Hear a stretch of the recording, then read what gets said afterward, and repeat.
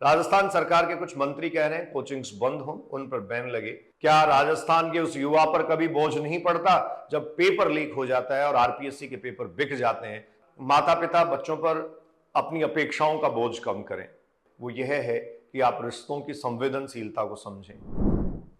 दोस्तों नमस्कार। बच्चा आईआईटीएन, मेडिकोज या फिर सिविल सर्वेंट बनने घर से निकले और फिर कभी ना लौटे तो इससे ज्यादा दुर्भाग्यपूर्ण कुछ नहीं हो सकता। इसे समझने की बहुत ज्यादा जरूरत है, ना कि आरोप मढ़ने और दोषारोपण करने की। बहुत सारी चीजें व्यक्तिगत रूप से मैं अपने जीवन में देखता हूं। मैं सुबह नियमित क्रियाक्रम के बाद उठकर अपने क्लासरूम में जाता हूं और क्लासरूम से लौटते वक्त कभी भी ये महसूस नहीं कर पाता कि मेरे विद्यार्थी तनाव में हैं। इसका एक सीधा और सरल कारण ये है कि क्लासरूम को आप कितनी शिद्दत से जीते हैं, क्लासरूम को कितनी अच्छे तरीके से आप डील करते हैं, इस पर यह निर्भर करता है। लेकिन हाँ, इस बायो साइको सोशल रेफरेंस को समझना होगा। ये बायो साइको सोशल रेफरेंस क्या है? तीन चीजें बहुत सीधा सीधा है। आप जहां से आते हैं, जिस फैमिली बैकग्राउंड से आते हैं, जैसी आपकी जेनेटिक हिस्ट्री है, जैसा आपका जेनेटिक मेकअप है, किन किन कारणों से आप प्रभावित होते हैं और कैसे कैसे आप प्रभावित होते हैं, ये अपने आप में आपका बायोलॉजिकल एस्पेक्ट है।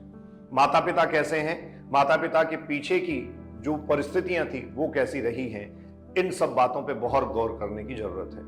दूसरी बात साइकोलॉजिकल, सबसे ज्यादा जरूरी बात जो आपके लिए और आपके बच्चे के लिए भी है, क्योंकि बच्चा बहुत अनमोल होता है। साइकोलॉजिकल रेफरेंस, साइकोलॉजिकल रेफरेंस में आप ये समझिए आपका बच्चा किसी एक असफलता को कैसे लेता है, या फिर आपने अपने बच्चे को असफलता को स्वीकार करना सिखाया है या नहीं सिखाया।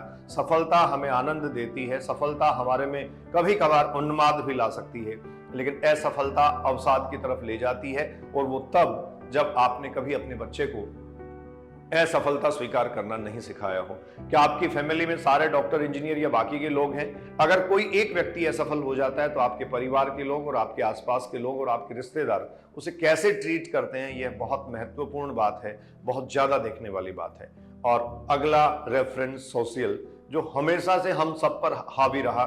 मैं गांव से निकला जब किसी छोटी बड़ी असफलता के कारण मुझे भी किसी पड़ोसी या किसी रिश्तेदार का ताना दे दिया जाता था, तब भी हाल वैसा ही था और आज भी स्थिति ऐसी ही है कि आपके अपने आसपास के परिवेश के लोग आपको किसी न किसी तरीके से स्ट्रेच करते हैं। यह सामाजिक धारणा बदलने की आवश्यकता है, इसको बहुत ज्यादा ध्यान में रखने की आवश्यकता है।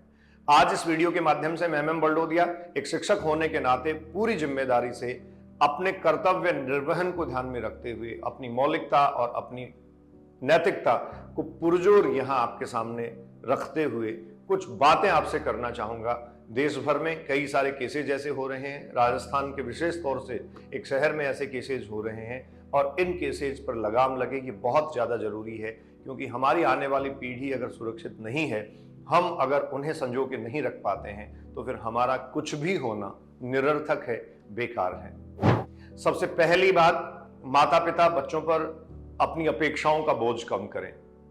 आप क्या थे, आप क्या हैं, आप क्या होंगे, ये डेफिनेटली आप जैसा सोचते हैं उस पर निर्भर करता है। लेकिन अगर आप अपने जीवन में कुछ नहीं कर पाए और आप चाहते हैं कि आपका बेटा या बेटी वो करे, तो ये बात तो ठीक है, लेकिन उन अपेक्षाओं का बोझ उस पर लादना, वो अपेक्षाएं उससे कैश करवाना, आप जो उस पर समय और पैसा लगा रहे हैं उसके बदले आप उससे हर हाल में वो चाहते हैं, ये बहुत गलत बात है, ये सही चीज नहीं है। दूसरी बात, मैं बच्चों के साथ कई सालों से रहता हूं, इस परिवेश में रहता हूं। छोटी बड़ी चूक और गलतियां किसी सिस्टम से भी हो सकती हैं, लेकिन सबसे ज्यादा जरूरी जो दूसरी बात है वो यह है कि आप रिश्तों की संवेदनशीलता को समझें। आपका बच्चा कहां जाता है, कहां आता है, किससे मिलता है, कैसे लोगों के साथ रहता है और साथ में आपके साथ उसका भावनात्मक लगाव कैसा है, कितनी चीजें आपके साथ वो शेयर करता है, ये बहुत ज्यादा जरूरी और देखने वाली बात है। अगर भावनात्मक रिश्तों में मजबूती होगी तो कहीं भी ये डोर नहीं टूटेगी। जो टूटने वाली होगी तब भी कहीं ना कहीं कोई इमोशन उसको रोक लेगा, कहीं ना कहीं कोई ना कोई बात उसके कदम रोक देगी और इस मार्ग पर आगे बढ़ने से वो हमेशा हमेशा के लिए रुक जाएगा। अपने बच्चों को अपने असेट की तरह, धरोहर की तरह ट्रीट करें, ना कि आप उन पे इन्वेस्ट कर रहे हैं तो आप उससे माइलेज लेने की कोशिश करें। तीसरी जो जरूरी बात मैं कहना चाह रहा हूं वो यह है कि हमें भी संस्थानों को और विभिन्न प्रकार के जो सिस्टम्स हैं उनको समय समय पर चेक पॉइंट्स बनाते हुए एक तरीके से मैं इंस्पिरेशनल और मोटिवेशनल नहीं कहूंगा, क्योंकि बहुत सारी इंस्पिरेशनल और मोटिवेशनल चीजें सबके लिए एक समान नहीं होती। आनंददायी पलों को जीने की, कुछ एंटरटेनिंग लाइफ को जीने की जरूरत है।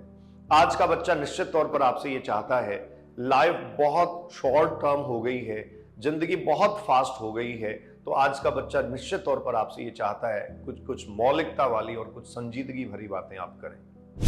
मैं हरदम क्लासरूम में इस बात को महसूस करता हूं और उसी तरीके से रेलिवेंसी के साथ बात भी करता हूं। हम सबकी कोशिश ये होनी चाहिए। फिजिकल एक्टिविटी और को करिकुलर एक्टिविटीज निश्चित तौर पर तनाव को या किसी प्रकार के अवसाद को घटाने के लिए काफी हैं। वैसे पढ़ाई तनाव नहीं देती है, यह मेरा अपना मानना है। पढ़ाई जब आने लगती है तो वो आनंद देती है। जब आप सीखने लगते हैं तो आप में ऊर्जा का संचार होता है, अवसाद कभी नहीं आता। लेकिन हाँ, सीखे कैसे, इसके लिए आपको साथ चलना पड़ेगा। आपको किसी न किसी की अंगुली जो है वो पकड़नी पड़ेगी। अगली बात मैं आपसे कहना चाह रहा हूं, हम सब शिक्षकों को, सोसाइटी के लोगों को, अभिभावकों को मोरल वैल्यूज जो हैं वो अपने आप में लानी पड़ेंगी। उन मोरल वैल्यूज को अपने बच्चों तक स्प्रेड करना होगा। हर हाल में आपको यही नहीं कहना है उनको कि नहीं, आप जो करने जा रहे हैं उसको हर हाल में अचीव करें। नहीं, बहुत सारी ऐसी परिस्थितियां होती हैं जब कहीं ज्यादा महत्वपूर्ण हो जाती है एक बच्चे की जिंदगी, एक बच्चे का मन। मैं जिक्र करता हूं यहां एक ऐसे अभिभावक का। कुछ समय पहले मेरी बात हुई, बेटी उनकी एमबीबीएस में पढ़ती है। सर कह रहे थे बेटी को एमबीबीएस से ड्रॉप करवाऊंगा, 20-25 लाख का खर्चा हो गया, लेकिन कोई बात नहीं, बेटी से बड़ा एमबीबीएस नहीं है।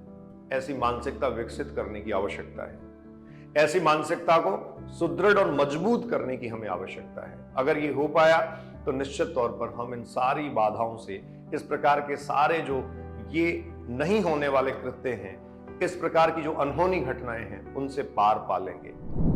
और इसके अलावा सबसे ज्यादा जरूरी और सबसे आखिरी बात मैं आपसे साझा करना चाहूंगा, वो यह है कि हमें सफलता की परिभाषा को नए सिरे से गढ़ना होगा। मैं सरकारी स्कूल में पढ़ा, एक ठीक दर्जे का विद्यार्थी रहा।